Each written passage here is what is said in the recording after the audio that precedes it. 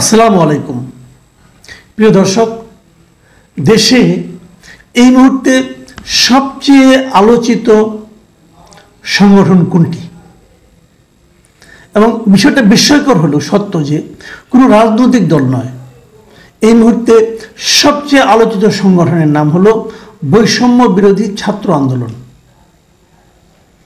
এই বৈষম্য বিরোধী ছাত্র আন্দোলন জুলাই অগাস্টে যে আন্দোলনটা, যে গণ অভ্যুত্থানটা এই দেশে হয়েছিল, সেই গণ অভ্যুত্থানের সামনের সারিতে এদের অবস্থান ছিল। এরা দাবি করছে এদের নেতৃত্বে হয়েছে, আমি ওভাবে বলি না, আমি ওভাবে দেখি না। আমি মনে করি সেই আন্দোলনে সারা দেশের সকল রাজনৈতিক দল, সকল সাধারণ মানুষ সবাই ছিল এবং সামনের সারিতে বৈষম্য বিরোধী ছাত্র আন্দোলন নামে একটা সংগঠনের, ঠিক সংগঠনও নয়, একটা সময়ের প্রয়োজনে গড়ে ওঠা একটা নাম, তারা এর সামনের সারিতে দৃশ্যমান ছিল। অনেক সংগঠন, অনেক ছাত্র সংগঠনের নেতাকর্মীরা এই নামের সঙ্গে জড়িয়ে ছিল, এই নামের ভেতরে ঢুকেছিল। সেই আন্দোলনের এখন একক দাবিদার হয়ে গেছে তারা, এবং তারা বলে বেড়াচ্ছে যে তারাই নাকি আন্দোলনটা নেতৃত্ব দিয়েছে। বৈষম্য বিরোধী ছাত্র আন্দোলনের কোনো একক নেতৃত্ব ছিল না। সারা দেশে বিভিন্ন শিক্ষা প্রতিষ্ঠানে এদের একজন করে একাধিক সমন্বয়ক ছিল, সবাই মিলেই আন্দোলনটা করেছে। কিন্তু পরে দেখা গেছে যে তারা এক ধরনের একটা সংগঠনে রূপান্তরিত হয়েছে, তখন ঢাকা ভিত্তিক কিছু লোক এই সংগঠনের মূল নেতৃত্বে ছিল। এবং আমরা বিভিন্ন টেলিভিশনের টক শো, বিভিন্ন সংগঠন, বিভিন্ন অনুষ্ঠান, বিভিন্ন আলোচনা সভায় আমরা গুটি কয়েক এই 10-12 জন লোককে দেখি যারা নাকি বৈষম্য বিরোধী ছাত্র আন্দোলনের নেতৃত্বে আছেন। কোনো সমস্যা নেই, এতে কিন্তু কোনো সমস্যা আছে বলে আমি বলছি না, এটা ভালো।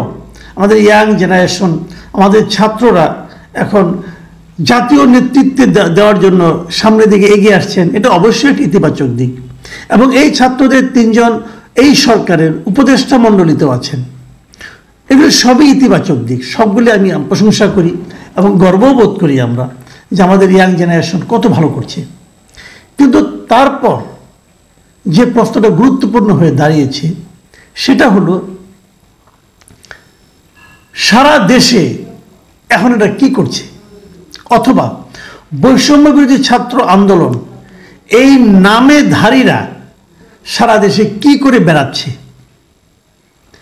অথবা যদি আমি আরো অন্যভাবে বলি, বৈষম্য বিরোধী ছাত্র আন্দোলন এই নাম ধরে কিছু লোক কি নানা ধরনের অপকর্মে জড়িয়ে পড়েনি? বিভিন্ন এলাকা থেকে আমরা নানা ধরনের খবর পাচ্ছি। আমি অত দূর যাব না, আমি ব্যক্তিগতভাবে অনেক কিছু জানি, অনেকে আমার কাছে অনেক কিছু বলেছে, জানিয়েছেন, সে আলোচনায় আমি যাচ্ছি না। কারণ লোকে বলবে ভাই সব কথা গেলে তোমাকেই বলে গেছে, ওই ঝামেলায় আমি যাবই না। আজকে আমি বরং আজকের এবং কালকের 2-3 দিনের পত্রপত্রিকা থেকে আমি র্যান্ডমলি কয়েকটা খবর আপনাদেরকে একটু শোনাতে চাই। প্রথম যে খবরটা পড়ছি এটা আজকের খবর, সেটা হলো পিরোজপুরে বৈষম্য বিরোধী ছাত্র আন্দোলনের লিফলেট বিতরণকালে 2 পক্ষে হট্টগোল। মানে তারা লিফলেট বিতরণ করতে গিয়েছিল, তাদের যে লিফলেট দিয়ে তারা কদিন ধরে বলছিল যে আপনার জুলাই অভ্যুত্থানের যে ঘোষণাপত্র, সেটা 2 দিক থেকে বিতরণ করে এক জায়গায় এসে তারপরে এখানে হইচই লাগিয়ে দিয়েছে। এবং তারপর এক পক্ষ বলছে ওই পক্ষ ছাত্রলীগের লোকজন আমাদের মধ্যে অনুপ্রবেশ করেছে, আর এক পক্ষ বলছে না ওরাই ছাত্রলীগের লোক, তারাই আমাদের মধ্যে অনুপ্রবেশ করেছে। ধাক্কাধাক্কি, পুলিশ যে পরিস্থিতিকে নিয়ন্ত্রণ এনেছে। একটা ডিটেলে বলতে গেলে আপনারা শুনতে মোটামুটি নাটকীয় কিছু ঘটনা আছে, হয়তো কৌতুক অনুভব করতে পারতেন, কিন্তু সেই ঝামেলায় আমি আর যাচ্ছি না। আমি খালি কয়েকটা ঘটনা আপনাদের পড়ে শোনাচ্ছি। 11 জানুয়ারির একটা খবর, মানে গতকালকের একটা খবর, বৈষম্য বিরোধী ছাত্র আন্দোলনের 2 নেতাকে অবরুদ্ধ করে হামলা। মানে চট্টগ্রামে এই বৈষম্য বিরোধীর মুখ্য সংগঠক আব্দুল হান্নান মাসউদ এবং কেন্দ্রীয় সমন্বয়ক রাসেল আহমেদকে ওখানে অবরুদ্ধ করে নাকি তাদের উপরে হামলা চালানো হয়েছিল। এটা চট্টগ্রামে শনিবার দিন সন্ধ্যায় ওয়াসা মোড়ে একটা অফিসে নাকি এই ঘটনা ঘটেছিল। এবং তারা অভিযোগ করেছে তাদের উপর হামলাটা চালিয়েছে ছাত্রলীগ নিয়ন্ত্রিত কোনো একটা গ্রুপ, এটা তাদের অভিযোগ। আর তারা যেহেতু অভিযোগ করেছে নিশ্চয়ই সেটাই গৃহীত হবে, কারণ তারা কোনো অভিযোগ করে সেটা গৃহীত না হলে তো আবার সমস্যা। যা হোক, এটা চালিয়েছে। একটা ঘটনা শুনুন, আর একটা ঘটনা আমরা বলি, এটা একটা বড় ঘটনা, এটা কালকের ঘটনা, অনেক বড় ঘটনা। কিরকম যে মিরপুরে বৈষম্যবিরোধী ছাত্র আন্দোলনে একটা কমিটি গঠন করা হয়েছিল। এই কমিটিতে এটা নিয়ে অভিযোগ করা হয়েছে। কেউ কেউ বলছে এই কমিটিতে প্রকৃতপক্ষে এমন লোককেই জায়গা দেওয়া হয়েছে যে লোকগুলো এই আন্দোলনের সঙ্গে ছিলই না, এবং টাকার বিনিময়ে নাকি তাদেরকে জায়গা দেওয়া হয়েছে। যারা প্রকৃত ত্যাগ স্বীকারকারী, যারা আন্দোলন করেছেন, তাদের নাকি এখানে জায়গা হয়নি। এটা নিয়ে বাকবিতণ্ডা। সেই বাকবিতণ্ডা মিরপুর থেকে আসতে আসতে এই বাংলা মোড়ের রূপায়ণ টাওয়ারে বৈষম্য বিরোধী ছাত্র আন্দোলনের যে বিশাল অফিস আছে, রূপায়ণ টাওয়ারের অফিস কিন্তু অনেক বড় অফিস। রূপায়ণ টাওয়ার অনেক ভ্যালুয়েবল একটা জায়গা। হ্যাঁ, সেখানে এত বড় অফিস তারা কীভাবে মেনটেন করে আমি জানি না। এটা কত টাকা ভাড়া দেয় আমি তাও জানি না। কখনো দেখা হলে হয়তো জিজ্ঞাসা করতে পারবো। সেই অফিসে এসে তারা মারামারি করছে, এবং মারামারি করতে যে 3 জন আহত হয়েছে।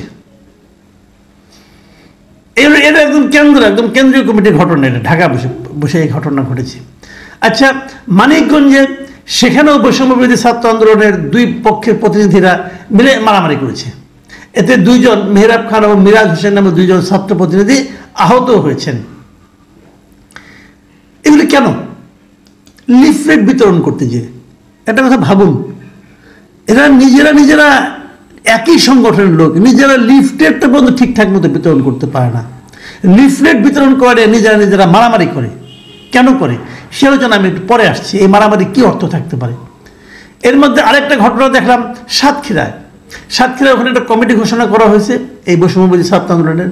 কমিটি ঘোষণা 2 দিনের মধ্যে সেখান থেকে 8 জন সদস্য পদত্যাগ করছে, এবং তারা বলছে এই কমিটিতে এমন লোককে ঢুকানো হয়েছে যারা নাকি আসলে এই কমিটিতে থাকার যোগ্যই না, তারা নাকি আন্দোলনের সঙ্গে তাদের কোনো সম্পর্কই ছিল না। এই যে একটা জিনিস ভাবুন, আমি যেগুলো এইটা কিন্তু আমি মাত্র 2 দিনের ঘটনা নিলাম।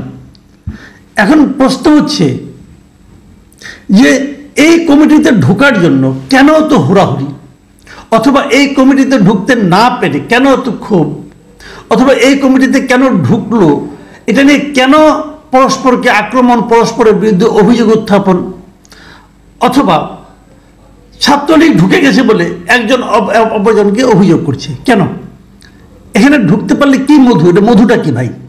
আমার প্রশ্নটা এখানে, মধুটা কি? আমি একটা ঘটনা বলি আপনাদেরকে। বিভিন্ন সময় টকশো করার কারণে অনেক সময় ছাত্রলীগের নেতারা, ধরেন আওয়ামী লীগ আমলের কথা বলছি, ছাত্রলীগ অনেক নেতা টেতা মনে করেন হয়তো আমার সঙ্গে টকশোতে বসেছেন একসঙ্গে, তারা তাদের কথা বলেছেন, আমি আমার কথা বলেছি। অনেকে ভেবেছেন যে এর সঙ্গে যেহেতু আমি কথা বলছি তাহলে হয়তো এর সঙ্গে আমার একটা টকিং টার্ম আছে। এর উপর ভিত্তি করে ছাত্রলীগের অনেক নেতারা আমার কাছে, কিন্তু মানে নেতা ঠিক নয়, যখন বিভিন্ন বিশ্ববিদ্যালয়ে তারা ছাত্রলীগের কমিটিতে ঢুকতে চায়, এরকম 2 জন আমার কাছে এসেছিল। তখন ভাই আপনার সঙ্গে দেখলাম যে ইনানের একটা টকশোতে আপনার কথা বললেন, ইনান তো আপনাকে বেশ সম্মান করে কথা বললো, তাহলে নিশ্চয়ই আপনার সঙ্গে একটা সম্পর্ক আছে, অথবা সাদ্দামের সঙ্গে আপনার একটা সম্পর্ক আছে। আমি বলি ভাই এর সঙ্গে আমার কোনো সম্পর্ক নাই, ওখানে কথা বলেছি, এর বাইরে কখনো আমার দেখা হয় না। তবুও তো আপনি একটু ফোন টোন করলে আপনি তো হয়তো আমাকে কমিটিতে ঢুকাই দেবে। আমি একটা বিশ্ববিদ্যালয়ের কাহিনী বলতেছি। বিশ্ববিদ্যালয়ের ছাত্রলীগের উনি সভাপতি হতে চান। তাই আমি বলছি এটা আপনাদের সঙ্গে তো তার পরিচয় আছে, আপনারা যান, এলাকায় কাজ করে ঢুকবেন। এখানে আমার কি ভূমিকা ভাই? আমি তো ছাত্রলীগের সঙ্গে আমার কোনো সম্পর্ক নাই, বরঞ্চ ওরা আমাকে অপছন্দ করে।